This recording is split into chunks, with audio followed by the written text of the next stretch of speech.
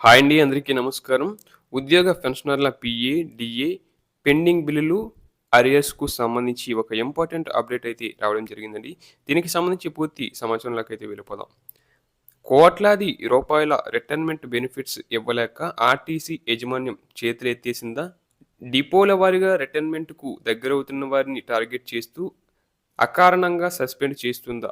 క్రమశిక్షణ, సమయపాలన, మద్యం పేరు చెప్పి ఉద్యోగంలోంచి పీకేస్తుందా? అంటే అవుననే అంటున్నారు కార్మికులు. ఆర్టీసీలో రిటైర్డ్ కార్మికులు, ఉద్యోగులు కలిపి సుమారు 17,000 మందికి దాదాపు 2,000 కోట్ల రూపాయలు యాజమాన్యం బకాయి పడింది.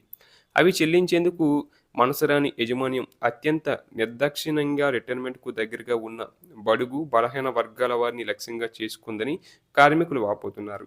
ఎలాంటి మద్యం అలవాటు లేని వారిని సైతం తాగుబోతు అని ముద్ర వేసి, ఆ కారణంగా సస్పెండ్ చేస్తుండటం ప్రస్తుతం చర్చనీయాంశంగా మారింది. మద్యం తాగారని బ్రీత్ అనలైజర్ పరీక్ష ద్వారా నిర్ధారిస్తూ వారి వాదన వినకుండా ఎలాంటి మెడికల్ పరీక్షలు, రక్త, మూత్ర నమూనాలు సేకరించకుండానే ఆ కారణంగా విధుల నుంచి తొలగిస్తున్నారు. ఇలా తొలగించిన వారిలో ఎస్సీ, ఎస్టీ, బీసీలే ఎక్కువగా ఉన్నారని కార్మికులు చెప్తున్నారు. ఒక వ్యక్తి మద్యం తాగాడని నిరూపించాలంటే ఖచ్చితంగా వైద్య పరీక్షలు నిర్వహించాలని ఢిల్లీ, ముంబై హైకోర్టులు స్పష్టమైన ఆదేశాలు ఇచ్చాయి. మోటారు వాహనాల చట్టంలోని సెక్షన్ 204, 185 సెక్షన్లలో స్పష్టంగా మద్యం అలవాటు లేని వారికి రక్షణ కల్పించాయి. సెక్షన్ 204 ప్రకారం ప్రాథమిక బ్రీతింగ్ అనలైజర్ రీడింగ్పై అనుమానం ఉన్నవారు సదరు డిపార్ట్మెంట్ ప్రతినిధి ద్వారా వైద్యుడిని సంప్రదించి రక్త పరీక్ష చేయించుకునే హక్కును ఈ సెక్షన్ కల్పిస్తుంది. అలాగే సెక్షన్ 185 ప్రకారం రక్తంలో ఆల్కహాల్ పరిమాణం 100 ఎంఎల్ రక్తానికి 30 ఎంజీ కంటే ఎక్కువ ఉండాలి. కేవలం బ్రీత్ అనలైజర్ ఆధారంగా ఎలాంటి విచారణ లేకుండా శిక్ష విధించలేరు, విధుల నుంచి తప్పించలేరు.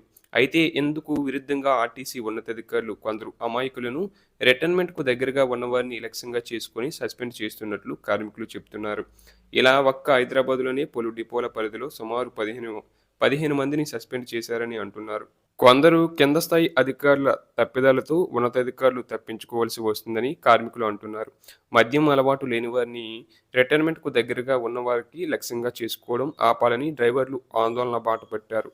మంచిర్యాల డిపో నుంచి ఉత్తమ డ్రైవర్‌గా గతంలో అవార్డు అందుకున్న ఓ డ్రైవర్‌కు కూడా ఇదే పరిస్థితి ఎదురైంది. అతనికి మద్యం అలవాటు లేకపోయినా బ్రీతింగ్ అనలైజర్ టెస్ట్‌తో మద్యం తాగినట్లు రావడంతో అతనిపై వేటు వేసేందుకు సిద్ధపడ్డారు. అతనికి అండగా తోటి కార్మికులు, కండక్టర్లు రోడ్డుపై బైఠాయించి ఆందోళన చేశారు. 28 ఏళ్లుగా నేను ఎలాంటి రిమార్కు లేకుండా విధులు నిర్వర్తించాను.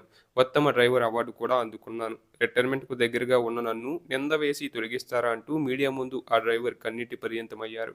గతంలో నగరంలో ఓ డిపోలో రిటైర్మెంట్‌కు దగ్గరగా ఉన్న ఓ డ్రైవర్‌కు బ్రీతింగ్ టెస్ట్‌లో పాజిటివ్ వచ్చింది. తనకు మద్యం అలవాటు లేదని, ఉదయాన్నే పెరుగు తిని డ్యూటీకి వచ్చినట్లు చెప్తున్న అధికారులు వినిపించుకోకుండా వేటు వేసేందుకు సిద్ధపడినట్లు సమాచారం.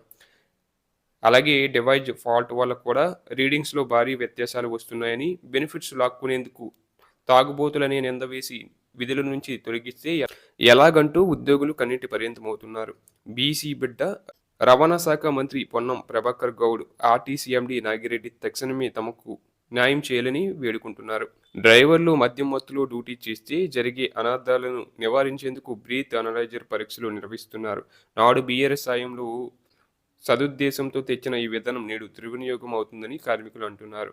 ఎవరైనా డ్రైవర్ డ్యూటీకి వచ్చే ముందు పెరుగన్నం తిన్నా, పులిసిన మజ్జిగ తాగినా, ఆయుర్వేద మందులు వేసుకున్నా, పొల్ల తేనుపులు వచ్చిన బ్రీతింగ్ అనలైజర్తో ఆల్కహాల్ తీసుకుంటున్నట్లు వచ్చే అవకాశం ఉందని వైద్యులు చెబుతున్నారు. అలాంటప్పుడు ఓ వ్యక్తి మద్యం తాగాడని ఖచ్చితంగా నిరూపించాలంటే అతనికి తప్పనిసరిగా 6 నుంచి 12 గంటల లోపు రక్త, మూత్ర పరీక్షలు, 3 రోజుల్లోపు శ్వాస పరీక్షలు, 12 నుంచి 24 గంటల లోపు లాలాజల పరీక్ష, 24 గంటల లోపు జుట్టు పరీక్ష 90 రోజుల్లోపు చేయించాలని పేర్కొంటున్నారు. ఇలాంటివి ఏమీ చేయకుండా అసలు వైద్య పరీక్షలే నిర్వహించకుండా మద్యం అలవాటు లేని వారిని కూడా నిర్దాక్షిణ్యంగా సస్పెండ్ చేస్తున్నారు.